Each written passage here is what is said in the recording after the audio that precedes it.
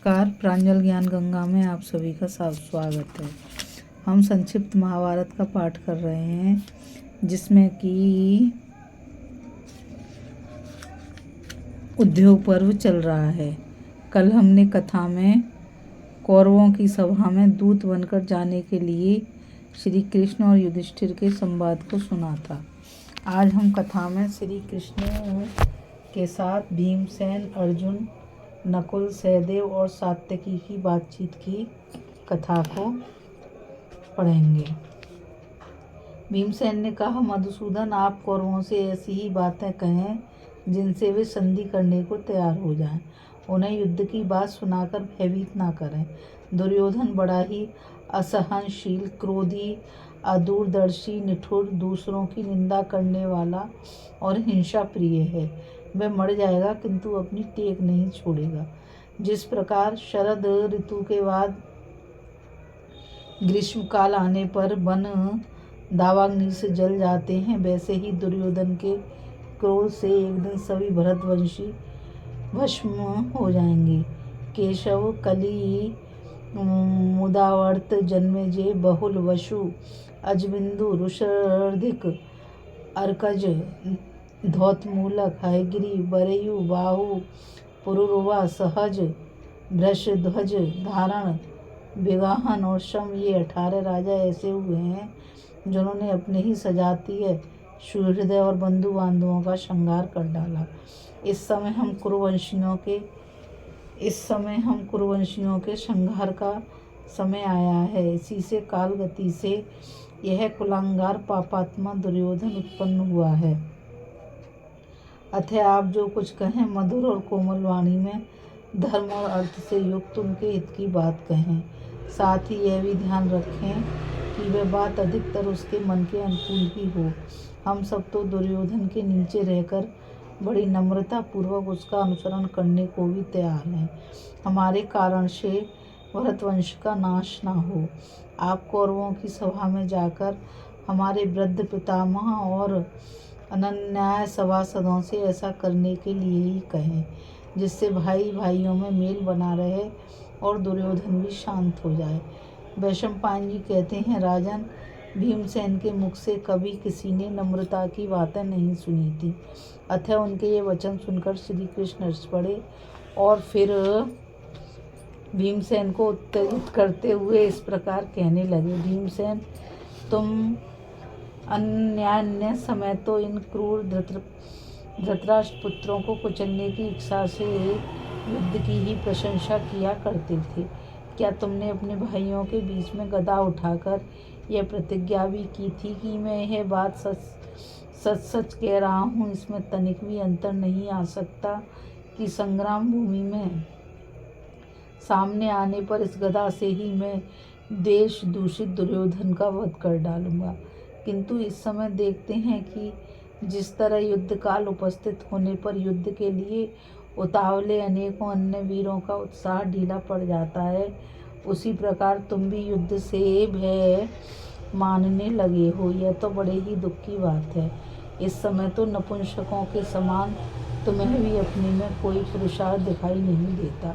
सो हे भरत नंदन, तुम अपने कुल, जन्म और कर्मों पर दृष्टि डालकर खड़े हो जाओ। व्यर्थ ही किसी प्रकार का विषाद मत करो और अपने क्षत्रियोचित कर्म पर डटे रहो। तुम्हारे चित्त में जो इस समय बंधु वध के कारण युद्ध से गिलानी का भाव उत्पन्न हुआ है, वह तुम्हारे योग्य नहीं है, क्योंकि क्षत्रिय जिसे पुरुषार्थ द्वारा प्राप्त नहीं करता, उस चीज को वह अपने काम में भी नहीं लाता। भीमसेन ने कहा, वासुदेव, मैं तो कुछ और ही करना चाहता हूँ, किंतु आप दूसरी ही बात समझ गए। मेरा बल और पुरुषार्थ अन्य पुरुषों के पराक्रम से कुछ भी समता नहीं रखता। अपने मुँह अपनी बड़ाई करना यह सत्पुरुषों की दृष्टि में अच्छी बात नहीं है, परंतु आपने मेरे पुरुषार्थ की निंदा की है, इसलिए मुझे अपने बल का वर्णन करना ही पड़ेगा। लोहे के मोटे डंडों के समान आप मेरे इन भुजदंडों को तो देखिए। इनके बीच में पड़कर भी जीवित इनके बीच में पड़कर भी जीवित निकल जाए, ऐसा मुझे कोई दिखाई नहीं देता। जिस पर मैं आक्रमण करूं उसकी रक्षा तो इंद्र भी नहीं कर सकते। पांडवों पर अत्याचार करने को उद्धत इन समस्त युद्धोत्सुक क्षत्रियों को मैं पृथ्वी पर गिराकर उन पर लात जमाकर जम जाऊंगा। मैंने जिस प्रकार राजाओं को जीत जीत कर अपने अधीन किया है, वह क्या आप भूल गए? यदि सारा संसार मुझ पर कुपित होकर टूट पड़े तो भी मुझे भय नहीं होगा। मैंने जो शांति की बातें कही हैं वे तो केवल मेरा सौहार्द ही है।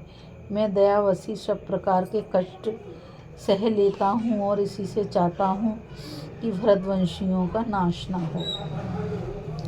श्री कृष्ण ने कहा, भीमसेन, मैंने भी तुम्हारा भाव जानने के लिए प्रेम से ही ये बातें कही हैं। अपनी बुद्धिमानी दिखाने या क्रोध के कारण ऐसा नहीं कहा है। ऐसा नहीं कहा। मैं तुम्हारा प्रभाव और पराक्रम को अच्छी तरह जानता हूँ, इसलिए तुम्हारा तिरस्कार नहीं कर सकता। अब कल मैं धृतराष्ट्र के पास जाकर आप लोगों के स्वार्थ की रक्षा करते हुए संधि का प्रयत्न करूँगा। यदि उन्होंने संधि कर ली तो मुझे तो चिरस्थायी श्रेयस मिलेगा, आप लोगों का काम हो जाएगा और उनका बड़ा भारी उपकार होगा। और यदि उन्होंने अभिमानवश मेरी बात न मानी तो फिर युद्ध जैसा भयंकर कर्म करना ही होगा। भीमसेन, इस युद्ध का सारा भार तुम्हारे ही ऊपर रहेगा या अर्जुन को इसकी धुरी धारण करनी पड़ेगी तथा और सब लोग तुम्हारी आज्ञा में रहेंगे। युद्ध हुआ तो मैं अर्जुन का सारथी बनूंगा।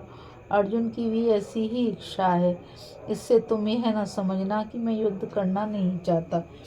इसी से जब तुमने कायरता की सी बातें की थीं तो मुझे तुम्हारे विचार पर संदेह हो गया और मैंने ऐसी बात कहकर तुम्हारे तेज को उभार दिया। अर्जुन कहने लगे, श्री कृष्ण, जो कुछ कहना था वह तो महाराज युधिष्ठिर ही कह चुके हैं, किंतु आपकी बातें सुनकर मुझे तो ऐसा जान पड़ता है कि धृतराष्ट्र के लोभ और मोह के कारण आप संधि होनी सहज नहीं समझते।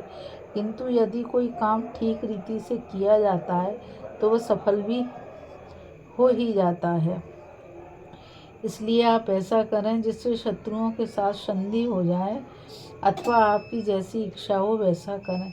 आपने जो कुछ सोच रखा है हमें तो वही मान्य है। किंतु जो धर्मराज के पास लक्ष्मी देखकर उसे सहन न कर सका और कपट धूत जैसे कुटिल उपाय से उसने राजलक्ष्मी हर ली, वह दुष्टात्मा दुर्योधन क्या अपने पुत्र पुत्र और बांधवों के सहित मृत्यु के मुख में भेजे जाने योग्य नहीं है। उस पापी ने जिस प्रकार सभा के बीच में द्रौपदी को अपमानित करके कलेश पहुंचाया था वह तो आपको मालूम ही है। हमने तो उसे भी सहन कर लिया मधुसूदन, किंतु यह बात मेरी समझ में बिल्कुल नहीं बैठती कि वही दुर्योधन अब पांडवों के साथ अच्छा बर्ताव कर सकेगा। ऊसर भूमि में बोए हुए बीज के अंकुरित होने की भी क्या आशा की जा सकती है? केशव, अतः आप जो उचित समझें और जिसमें पांडवों का हित हो वही काम जल्दी आरंभ कर दें तथा हमें आगे जो कुछ करना हो वह भी बता दें। श्री कृष्ण ने कहा, महाबाहु अर्जुन, तुम जो कुछ कहते हो ठीक है।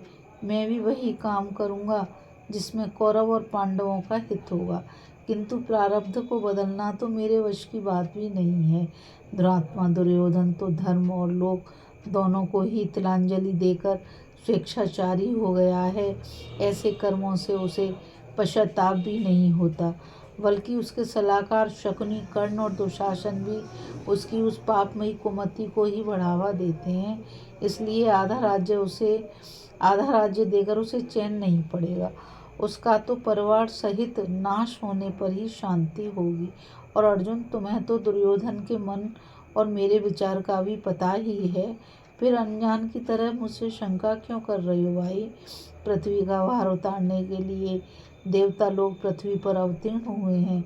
इस दिव्य विधान को भी तुम जानते ही हो, फिर बताओ तो उनसे संधि कैसे हो सकती है? फिर भी मुझे सब प्रकार धर्मराज की आज्ञा का पालन तो करना ही है। अब नकुल ने कहा, माधव, धर्मराज ने आपसे कई प्रकार की बातें कही हैं, वे सब आपने सुन ही ली हैं। भीमसेन ने भी संधि के लिए ही कहकर फिर आपको अपना बाहुबल भी सुना दिया है। इसी प्रकार अर्जुन ने जो कुछ कहा है वह भी आप सुन ही चुके हैं तथा अपना विचार भी कई बार सुना चुके हैं। सो पुरुषोत्तम, इन सब बातों को छोड़कर आप शत्रु का विचार जानकर जैसा करना उचित समझें वही करें। श्री कृष्ण, हम देखते हैं कि वनवास और अज्ञातवास के समय हमारा विचार दूसरा था, अब दूसरा ही है। वन में रहते समय हमारा राज्य पाने में इतना अनुराग नहीं था जैसा अब है। आप कौरवों की सभा में जाकर पहले तो संधि की ही बातें करें, पीछे युद्ध की धमकी दें और इस प्रकार बात करें जिससे मंद बुद्धि दुर्योधन को व्यथा न हो। भला विचारिए तो, ऐसा कौन पुरुष है जो संग्राम भूमि में महाराज युधिष्ठिर, भीमसेन, अर्जुन, सहदेव, आप, बलराम जी, सात्यकी, विराट, उत्तर, द्रुपद, धृष्टद्युम्न, काशीराज, चेदिराज, धृष्टकेतु और मेरे सामने टिक सके। आपके कहने पर विदुर, भीष्म, द्रोण और वाल्ही की आवाज़ समझ सकेंगे कि कौरवों का हित किसमें है और फिर वे राजा धृतराष्ट्र और सलाहकारों के सहित पापी दुर्योधन को समझा देंगे। इसके पश्चात सहदेव ने कहा, महाराज ने जो बात कही है वह तो सनातन धर्म ही है, किंतु आप तो ऐसा प्रयत्न करें जिससे युद्ध ही हो। यदि कौरव लोग संधि करना चाहें तो भी आप उनके साथ युद्ध होने का ही रास्ता निकालें। श्री कृष्ण सभा में की हुई द्रौपदी की दुर्गति देखकर मुझे दुर्योधन पर जो क्रोध आया था वह उसके प्राण लिए बिना कैसे शांत होगा। माधव, सात्यकी ने कहा, महाभाव, महामती सहदेव ने बहुत ठीक कहा है। इनका और मेरा कोप तो दुर्योधन का वध होने पर ही शांत होगा। वीरवर, सहदेव ने जो बात कही है वास्तव में वही सब योद्धाओं का मत है। सात्यकी के ऐसा कहते ही वहाँ बैठे हुए सब योद्धा भयंकर सिंहनाद करने लगे। उन युद्धोत्सुक वीरों ने ठीक है ऐसा कहकर सात्यकी को हर्षित करते हुए सब प्रकार उन्हीं के मत का समर्थन किया। इस कथा में बस इतना ही। अभी हम कथा में श्री कृष्ण के साथ भीमसेन, अर्जुन, नकुल, सहदेव और सात्यकी की बातचीत की कथा को पढ़ रहे थे। आगे कथा में हम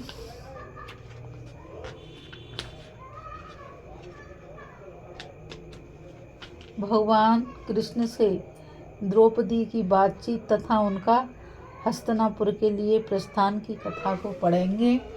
मुझ गीता रावत को आज्ञा दीजिए, कल फिर मिलेंगे एक नई कथा के साथ। और मैं आप सभी से यही कहना चाहूँगी कि इस चैनल को ज़्यादा से ज़्यादा लाइक, शेयर और सब्सक्राइब कीजिए ताकि यह अमूल्य ज्ञान अधिक से अधिक लोगों तक पहुँच सके। राधे राधे, जय श्री कृष्णा, नमस्कार।